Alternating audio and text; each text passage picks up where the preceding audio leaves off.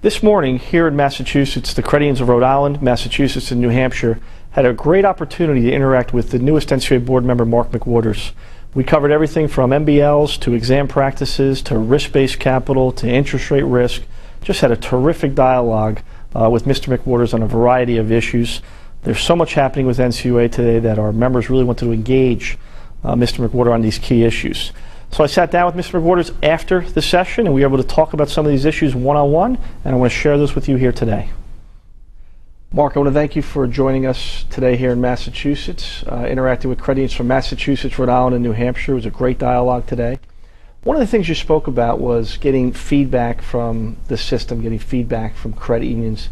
You know, you're still new to your position. How important is that feedback, and how would you like to get that feedback from the credit union system?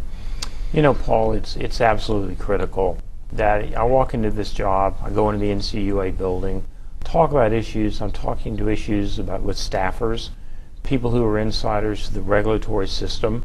They tell me their view. Well, that's one view, but what about the industry view? What about people who wake up every morning, 5:30, go to an office and execute on a business plan? What's their perspective? I need to hear that. Sure. I need to take the two perspectives, the industry's perspective and NCUA's perspective. I need to filter through my expertise, 30 plus years of practicing law, working with accounting, working with finance, representing financial institutions, public service work, and then come up with independent conclusions, independent judgment. But you can't do that simply by residing within the NCUA building. You have to get out and meet with people. You can't just give a speech. You can't just tell people things.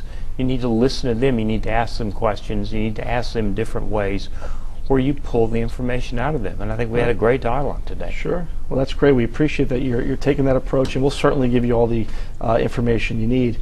Speaking of feedback, yesterday at the NCUA board meeting, they announced two working groups, one on field of membership and one on supplemental capital or secondary capital for low-income credit unions. Yes. Do you think that's a good step forward in getting feedback from credit unions? Were you pleased to see that type of structure? I'm pleased to see any movement to receive feedback. Right. But when the supplemental capital or secondary capital, I prefer supplemental, but only for low-income credit unions, I think we're missing the broader issue here. I understand that for low-income credit unions, supplemental capital is permitted for the leverage ratio and also for the risk-based capital ratio. But it's broader than that. What about other credit unions, and what about risk-based net worth? And we need to investigate that. I'm in favor of it. I don't know of a reason why supplemental capital is not permitted for risk-based net worth. I've read the statute, I've thought about it, talked to some other folks, and so we need to investigate how this can be implemented. What are the restrictions, reasonable restrictions that would be in place to allow supplemental capital for risk-based net worth ratio. So is that something that's still up in the air for the revised risk-based capital rule, or would that come down the line? Supplemental capital in terms of risk-based capital? As far as I am concerned, it's very important, but we'll have to see what comes out in the final rule. I'm not optimistic that it will be included. Okay. And field of membership, we have seen here credit unions that are on the federally chartered that they feel restrictive on their field of membership. They kind of penetrated everything in their area. They have the opportunity to go other places, but the field of membership in the federal charter just doesn't allow it.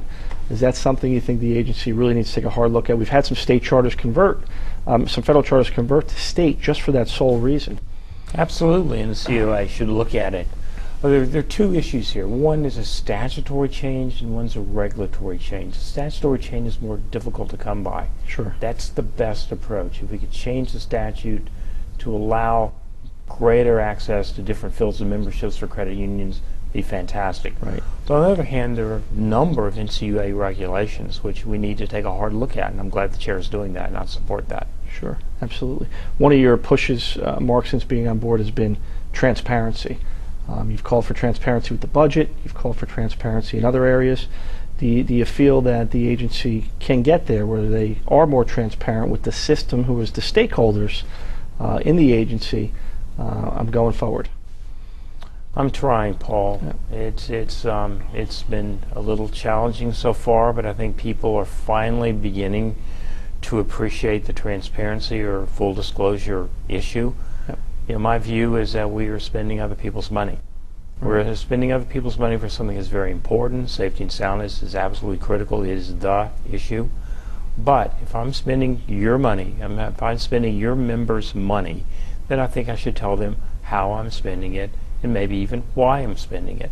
I would also welcome their input because, as I said this afternoon, 72 or 3% of NCUA's operating budget is examiners. 11% or so is travel. So if there are creative ways, and I think we identified some creative ways of limiting those expenses or cutting those expenses back, or at least stopping the rate of growth, be very positive. Right. But it is difficult to invent those ideas within NCUA itself without reaching out to the community that also has expertise on the other side of the examination cycle. Yep, absolutely. I think you heard in the room today, Mark, there's some frustration on the member business loan front, and I know NCUA is looking at that. What can you do from a regulatory standpoint? Obviously, changing the statute would help. Do you see some air there where NCUA can provide some relief with what exists already in the books with the reg? Do you think there's some wiggle room there for NCUA to maybe loosen things up for credit unions to help more small businesses? I hope so. That is certainly my goal. I've had discussions to that effect. If we can have regulatory change, relaxation, or just less hoops to jump over and the like, it would be much easier. But clear rules, more bright line test. After all, these are small business loans, most of these MBL loans. They're job creators. Right. This is exactly what the country needs now. We have an industry whose expertise is dealing with small businesses. Sure. This isn't something they have to do to tick a box. This is something they want to do. This is something they know how to do. Right. This is something they built an entire industry around. So why are we holding them back? Yeah, They can make loans to small businesses, create jobs. It seems to me to be a win-win all around. Sure, absolutely. Another data point you heard in there today, Mark, was on interest rate risk. We know a reg is coming from NCUA, and some of the folks today said, don't write the reg based on today's rate environment. Obviously, we're in the lowest rate environment, extended period in decades. Is the agency taking a holistic look at this, not just looking at today, because it will change, and writing a reg for the interest rate environment of any time? I hope so, Paul. That certainly would be my goal. In fact, my way of approaching this would be to elicit input, have an advance notice of rulemaking, and receive input from the industry on this before you even put out an initial rule. Sure. Because this is difficult to do. Interest rate risk is a real risk, but it cuts both ways. As you said, who knows what the interest rate environment can be next year or even 5 years from now. Right. So you have to be careful, thoughtful about this. Sure. And finally, Mark, you're here at a very interesting time. There's a lot of regulations that are being promulgated, a lot of exam issues happening. Yet, when you look at the statistical numbers on credit unions, third quarter data just came out. Loan growth's up year to year 10%. We're nearing 11% capital, getting close to our record high prior to the recession. Earnings are 83 basis points. Delinquency's low. So the credit union system's really, really healthy. You mentioned when you were on the TARP Commission, you saw lots of information about the financial sector and the troubles that we had, and you didn't see much about credit unions. So how do you regulate where you're not regulating to the last recession or last disaster, and maybe recognizing that the system is in good health? Doesn't mean we don't want to regulate anymore, but we want to recognize that we want to help it grow further and not regulate to disaster, so to speak. That's absolutely true. I was on the TARP Congressional Oversight Panel. We submitted 3,000 or 4,000 pages of analysis of the financial crisis and the bailout to Congress. I don't recall a lot of discussion about credit unions being the cause of the financial crisis. In fact, off the top of my head, I can remember nothing along those lines. So it's a mistake to regulate credit unions as if they are too big to fail. Because first of all, they're not too big to fail, and second of all, they did not cause the financial crisis. Right. I've been at this a long time, Paul. I've been practicing law since 1982. Before that, I did some work as a CPA. So I have the gray hair for a reason. Okay?